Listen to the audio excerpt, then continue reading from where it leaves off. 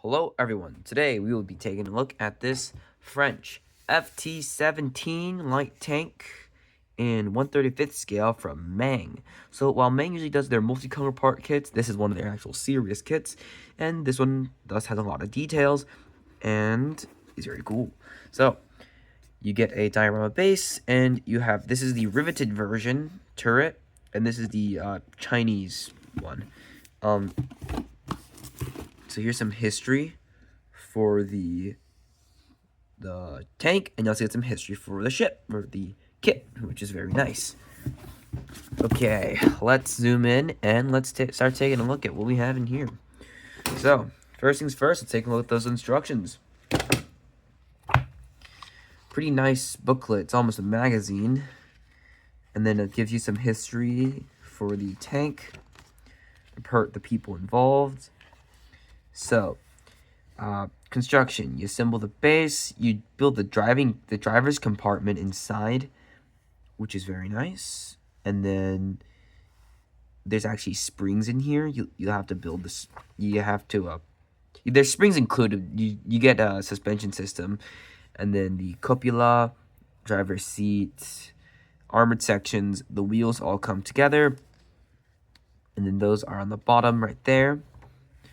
Then you build the other side's tracks, running gear. Those will all go on there. So you build, I think you build 2. Yeah, and then you build the tracks. You get 32 track links, and you don't actually have to glue them, which is very nice. You build the driver's hatch. You can have it open or closed. And then you do the engine in the back. I'm pretty sure there's no engine. There's no engine. And then you build the machine gun. You put that in the turret. The machine gun, and then the cannon in the turret. The turret's put together. There's I think there's photo etch in here actually. And then the turret goes on. You build one of the machine guns, and then you build the diorama base. That goes on there, and then you're finished. So you have the sprues here, and then you also have your photo etch and decals. Here are your painting schemes available. So you can do the U.S. Army version in Verdun in October 1918. Or you can do the nationalists in China. You can do their tank as well, because they also used FT-17, which is pretty funny. Alrighty. Let's now take a look at the sprues. Okay, so first things first, we have 2 E-sprues. The 2 E-sprues are just wheels. They're little running wheels. That's it. And there's also some, like, axles here. But you get 2 of them, and there's a lot of parts on these. Okay.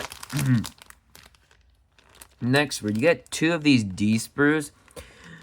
The D-sprues have your main sprocket gear right here. Here's your runner gear. And then you get some hatches right here. You get some torsion bars on the side. Your hooks are right there, and you have the suspension assemblies for all the wheels. And you will get 2 D-sprues. Next sprue is the C sprue. The C sprue has the side panels right there, and then some like gas thing, a block, just small details all around. And then you have the fairings for the sides, or the wheel block assembly. You also have your Hotchkiss machine gun right there, and I think that's the base or the pivot mount for the gun. Okay, the B sprue next has the bottom of the tank, the back trench crossing ramp. You have a belt of ammo, some bags for the side, assembly of the gun, the looks like some cables on the side, hatches. Yeah, so this is just like general exterior details, and these have very good rivet marks, so that's very nice. Next one we have is the diorama base. The diorama base has very nice rock texture. I'm going to use pigments, Vallejo pigments on there to make it even better. So you like a shell crater, and then the trench, and then some sandbags. So this is like when it runs over the trench. This is one of the dioramas, and this is the K sprue. Pretty hefty piece actually. Okay, here is the A sprue. The A sprue has the two sides of the hull. You have some tools, the driver's area, the base of the turret, and some little additional armor plates on the side, as well as the exhaust right there, the engine exhaust. This is a lot of parts in here. Here's your 64 track link units. Molten black.